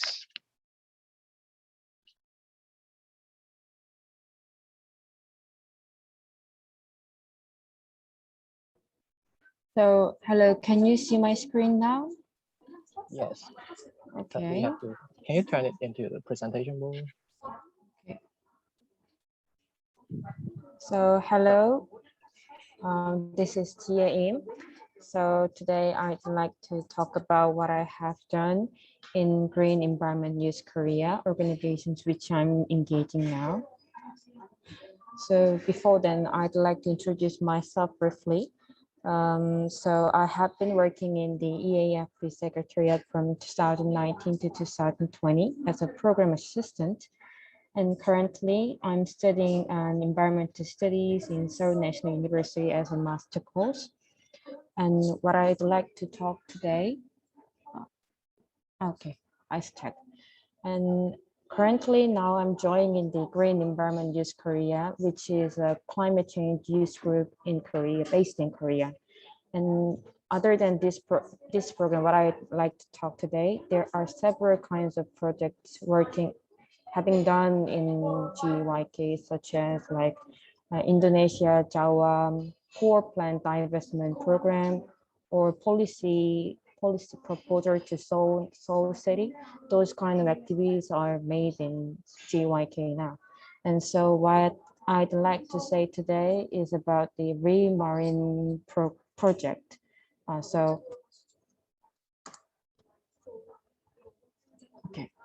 So the Remarine project was started with the study team in GYK. The study team was studying about marine environment, and the team had found that the marine environment education in Korea, it's so weak, so we can do work for them as our youth program. So I recruited 8 members. So we started by applying to a fund program funded by Korea SHE. So around $1,700, we started this program. And the problems that we recognized was like that. First of all, even though Korean Peninsula is covered by sea, marine itself, but 70% of Korean lives in inland. It means that absolutely majority of them have no access to marine environment education. About 6,000 citizens and 0.2% of students have access to marine environment education. And secondly, however, the marine litter is increasing every year. So in Korea, we also felt this problem because we ate a lot of seafood, and the microplastic is one of the issues that we should cover. And thirdly, 70% of the earth covered by sea. So the marine ecosystem takes account significantly in our daily life. And however, first, the ignorance of marine environment is very prevalent because in Korean education, the majority of the subject covers marine as a deep and unknown thing. That's the only thing that they can cover. So it's really needful to clarify what the marine itself it is. So we decided to do it through online program. So we have 3 ways to do that. The first of all, create online content is needful because our main target was youth. So we have to make some online content to approach them. Secondly, we'd like to do some offline education seminar, but at the same time, we have a plan to project it through Instagram Live program. And thirdly, we try to do some plugging because other than the approach to marine or river close to your house, there is no way for us to approach marine or water resources. So it is needful for us to how dirty or how polluted the river or marine it is. At the last, our ultimate goal was to improve an ocean literacy in our daily life. So ocean literacy is defined as an understanding of the ocean's influence on you and vice versa. So these are the timelines that we have done in 5 months. It's from 2020 August to 2020 December. So as our first project, we planned to join in the World Cleanup Day activity. There was an NGO named Ocean, which is a major NGO in Korea covering the marine litter issue. So we contacted them to join their World Cleanup Day activity. So we took a video together, and we were guided by them how to do the World Cleanup Day and how people can engage in this program. And after doing this activity, we leave it as a video, and sorry. And after that, we made a series of contents based on the activity and other things on marine education, marine environment. And we have some contribute to EMU newsletter, which is made by GYK. So we left some marine environment education content on the newsletter. And other than this, we have been campaigning about the plugging activities because people can join the plugging near their house. So it is important for us to join as many people as possible to this program. So after that, we have done some education seminar helped by COEM. COEM is a Korean public agency on management on marine. So it is very fruitful for us to get some information from the public officials and the specialists on marine education. So I think it was the most precious time for us. And yes, as we had started as a studying team, we tried to broaden our activities through academic basis. So we have joined the International Ocean Forum Academic Forum Award, and also the Korea SH, who had funded us. So we joined their academic forum. We have joined their academic forum as well. So these are the photos that we have been engaging. So I'd like to share a video about the World Cleanup activity that we have been doing.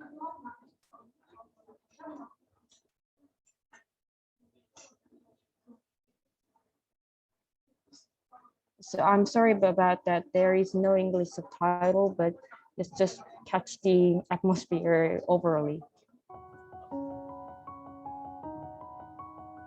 천연 자원을 보고잖아요. 지구의 70%나 차지하고 있으니까요. 다양한 생물들의 서식처잖아요. 모든 생명체의 근원 아닌가요? 2020년 바다는 매우 심각한 문제에 직면하고 있어요. 매년 17만 7천 톤의 해양 쓰레기가 바다로 유입이 되고 그로 인해 많은 해양 생물들이 피해를 입고 있습니다. 기후변화로 인해 해수 온도가 상승하고 해양이 산성화되어 그로 인해 바다가 사막화되고 있어요. 하지만 해양 환경에 대한 국민 인식은 매우 저조해요.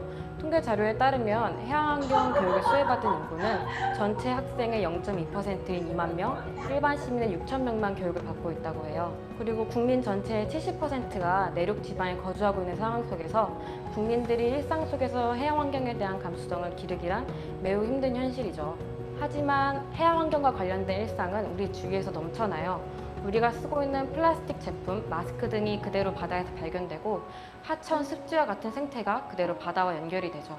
그래서 일상에서 해양 환경을 리마인드 해보자, 상기해보자 라는 슬로건을 갖고 이번 해양 환경 프로젝트 리마린을 기획하게 되었습니다.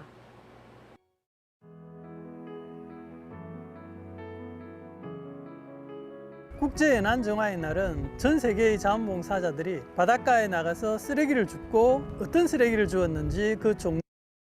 So these are the activities that we have done in World Cleanup Day. So he is Ocean Chair named Lee Jong-myung, and he explains the World Cleanup Day, what it is like. 종류와 숫자를 기록하는 날입니다. 바닷가에 왜 쓰레기가 많은지, 그 쓰레기는 어디서 왔는지를 찾아서 시민들의 행동을 바꾸고 또 정부의 정책을 바꾸기 위한 행사입니다. 정부에서도 담배나 폭죽을 금지하는 정책을 추진하고 있습니다. 시민들이 바닷가에서 주운 쓰레기에 대한 데이터가 정부의 정책을 변화시키는 데도 활용되고 있는 것이죠.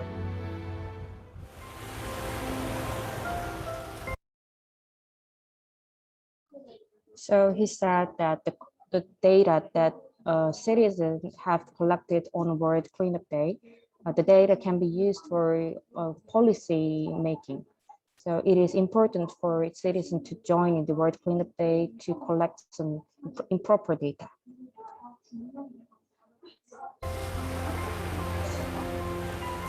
이 생태계를 이루고 있으니까 쓰레기를 줍는다고.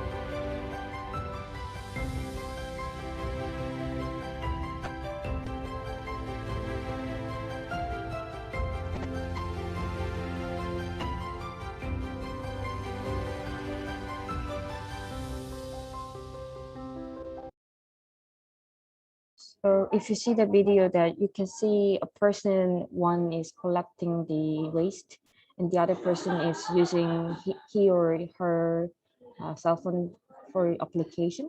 The application is named CleanSwell, which can written down on what kind of litters it was and how much it was. Those kind of data is for government policy.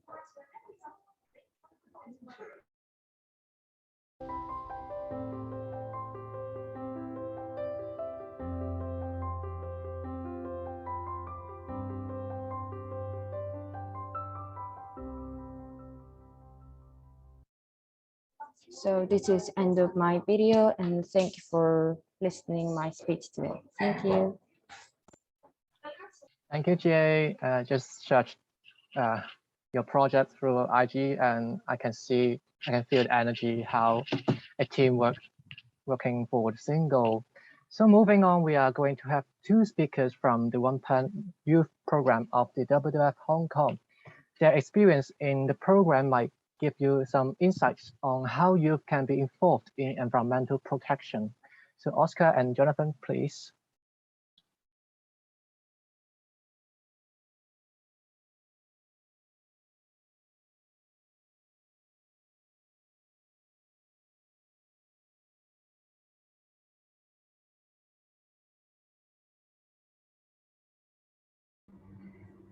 So good afternoon, guys. I'm Oscar, and I'm one of the representatives of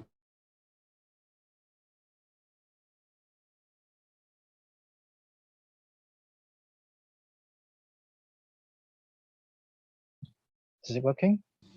So today we are going to present about our project. Can you hear me? Yes.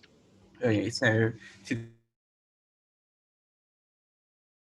we make our project and how can our project aims to extend to the perspective of wetland.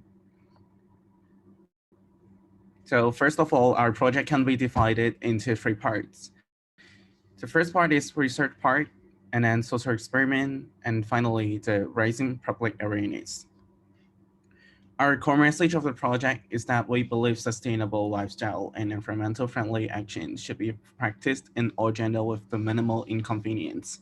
So by removing the barriers towards sustainability, more people can engage in that and hence moving forward to a sustainable society.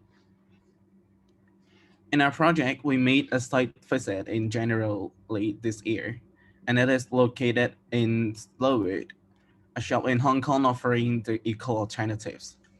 We observed that live customers' data and customer behavior, including where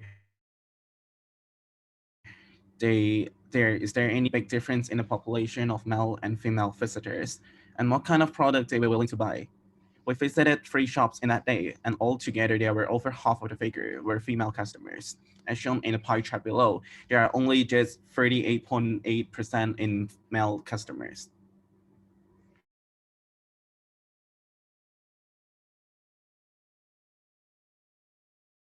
Chart showing that female customer takes a role in purchasing environmental friendly goods, with food and beverage is the largest category of that.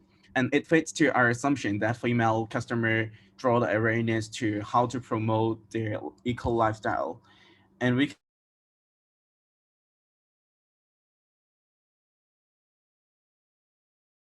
Jonathan, I think we are losing you. slower is that the building section.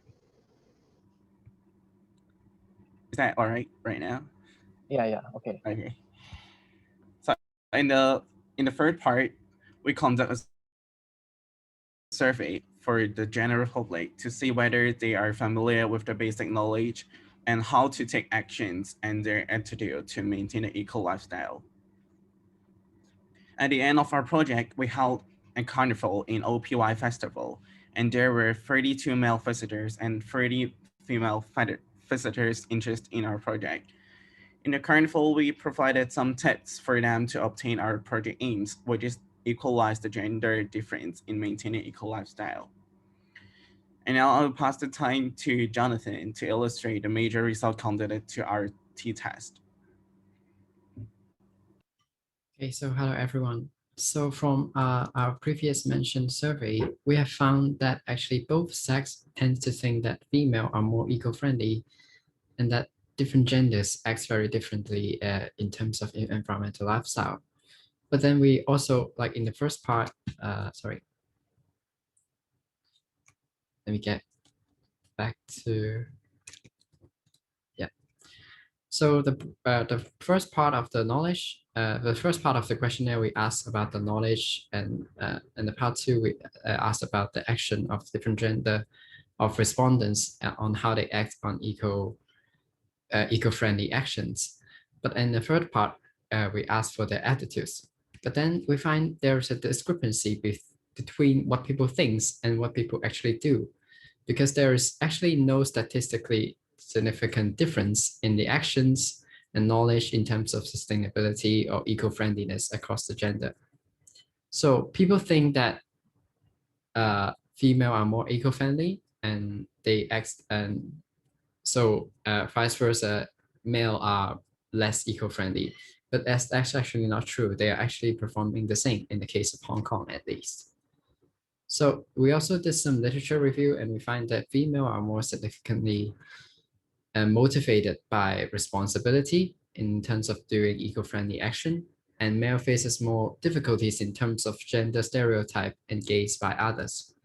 So as you can see, this kind of attitude on thinking that female should be more eco-friendly may act as a barrier for male in the society to engage in such activity. And so there are some future perspectives also in the conservation side. So because there are lots of promotions and labels in the eco-friendly products, And we think that there can be a more neutral color tone, neutral fonts, or the wordings can be a lot more gender neutral to make it more gender inclusive. For example, in the beginning, our project's logo is actually look like this, but then we find that a dimmer color tone and a more neutral fonts would attract to male respondents more. So we move to the logo on the right side. And also we find that gender equality is actually related to conservation, because in many parts of the developing world, women actually play critical roles in managing natural resources, especially in the case of subsistence farming, where they have to gather water source, they have to gather the food, yet they are often excluded from the decision-making process. So in making the decision-making part of the conservation more inclusive to both gender, we can actually ensure more sustainable effort in doing conservation.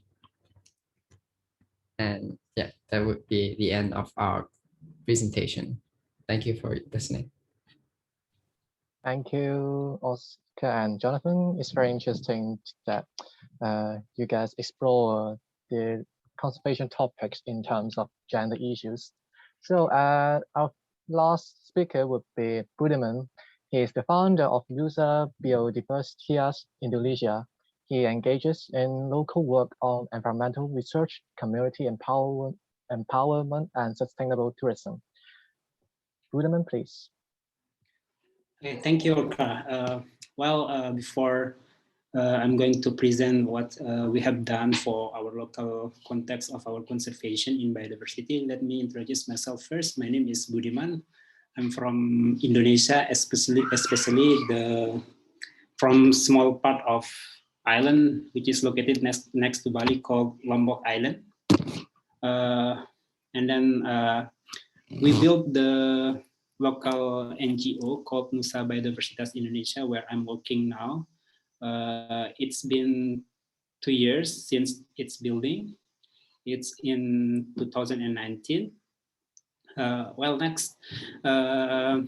Talking about opportunities and solutions for conservation of wetlands and biodiversity in youth perspective. This is the case of biodiversity conservation in Lombok, Indonesia.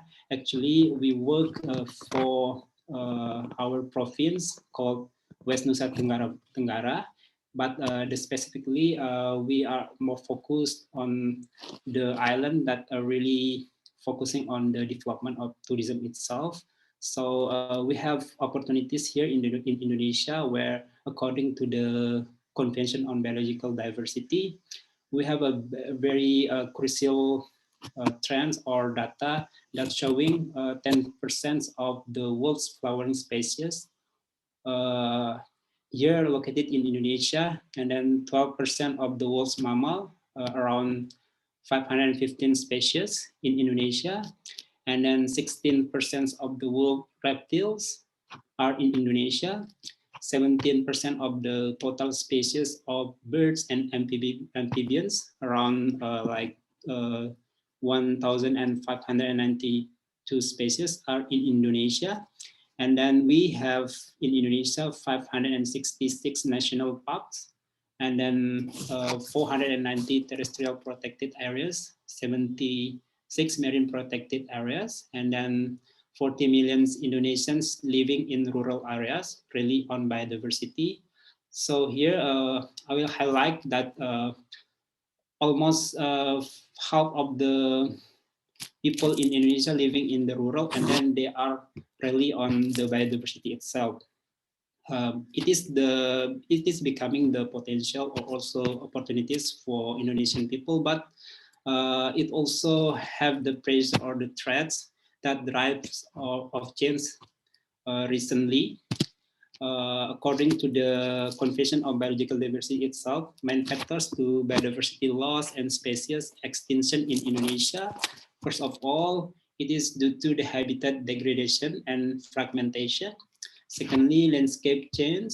next overexploitation, pollution, and then this is the recent discussion of our government about climate change, and then forest and land fires. This is also affect to the neighborhood countries such as Malaysia, Singapore, and Thailand, where it happens to the forest land fire, forest burning.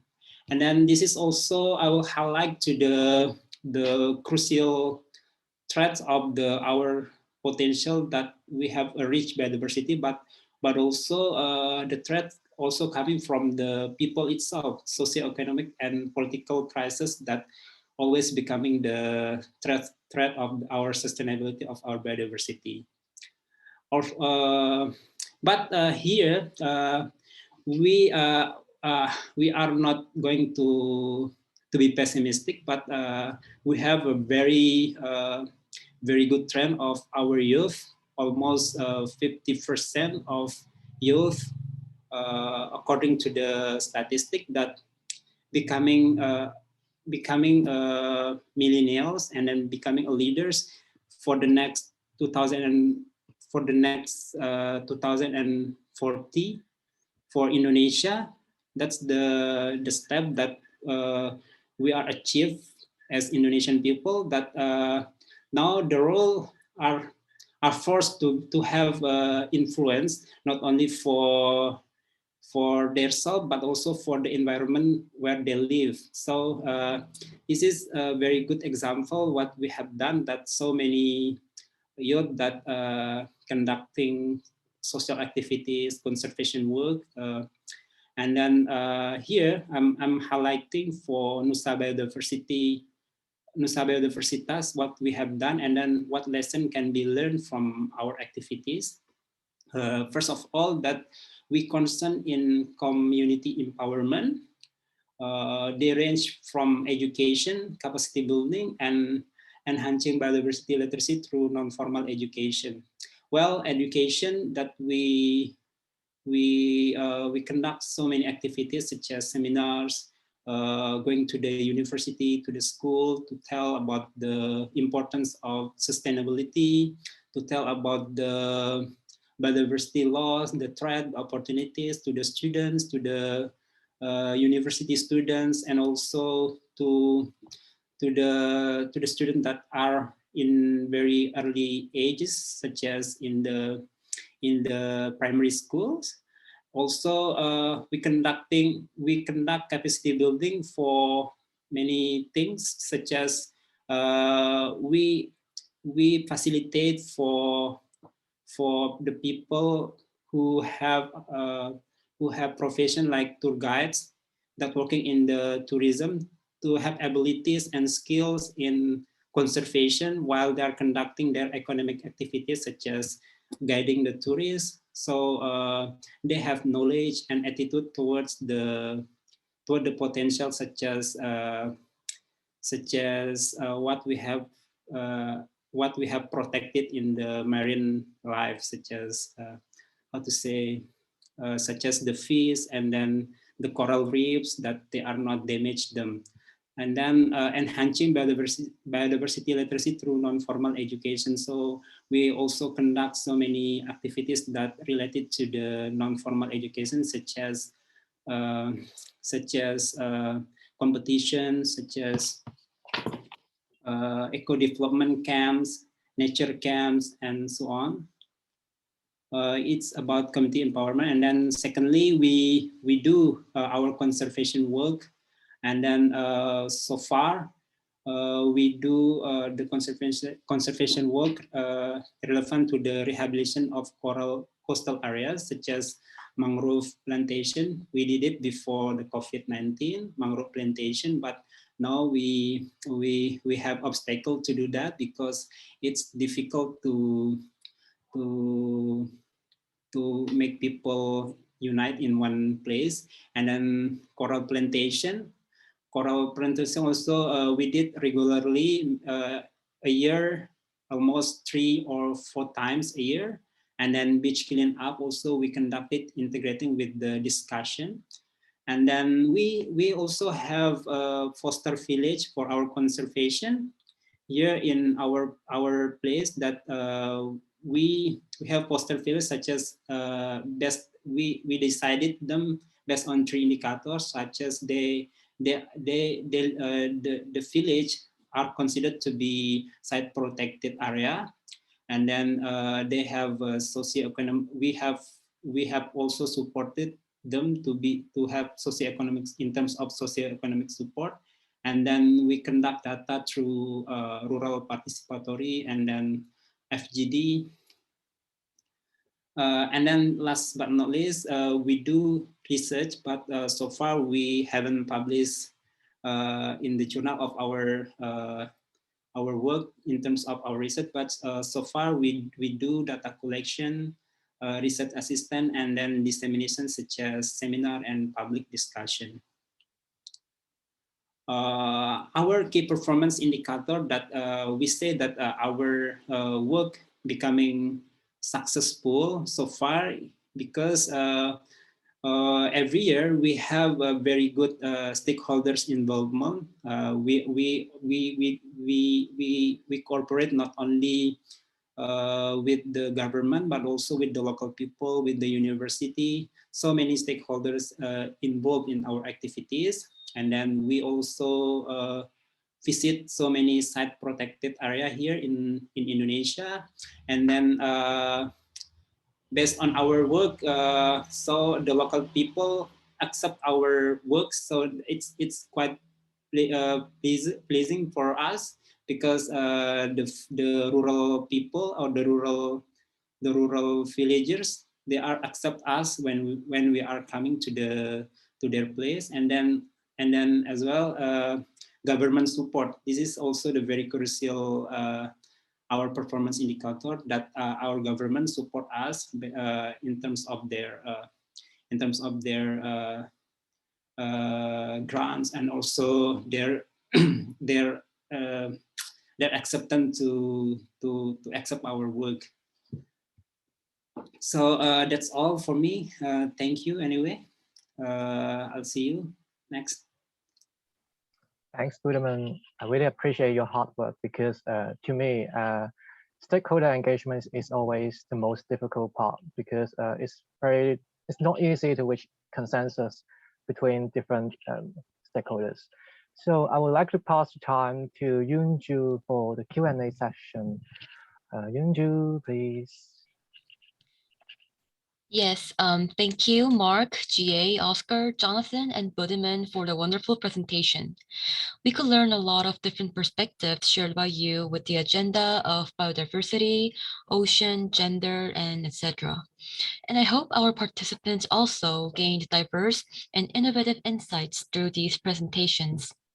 From now on, we will move on to Q&A session. So please be noted that the Q&A session will last up to 15 minutes. So if you have any questions, please feel free to leave in the chatting room, or you can just turn on your microphone and video and ask questions freely.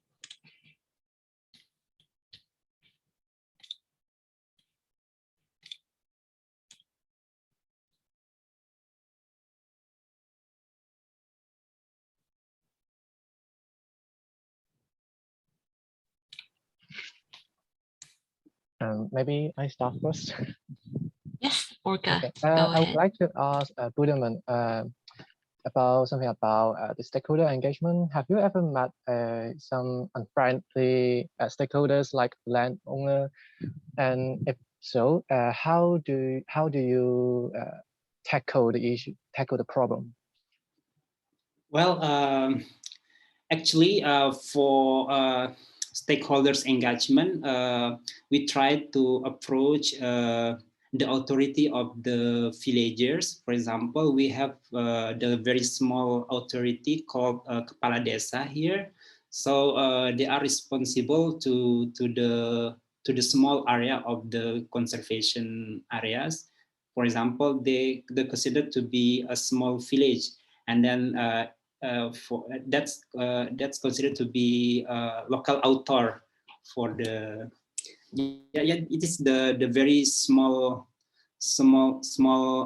authority of the government. So we try to approach them, and then they also have a budget to do that actually. And then we try to force through our campaign, through our activities, and then they are very welcome. So we invite so many young people to come to the sites, and then we also discuss to the local people. That's we have done to try to approaching, and then we try to make the the letter before we are going to the site.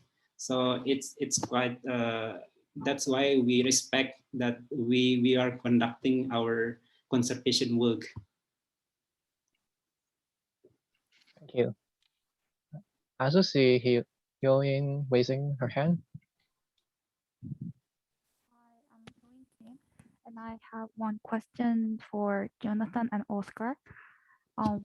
First of all, thank you for giving such a great speech. I've never thought about the linkage between gender and environment.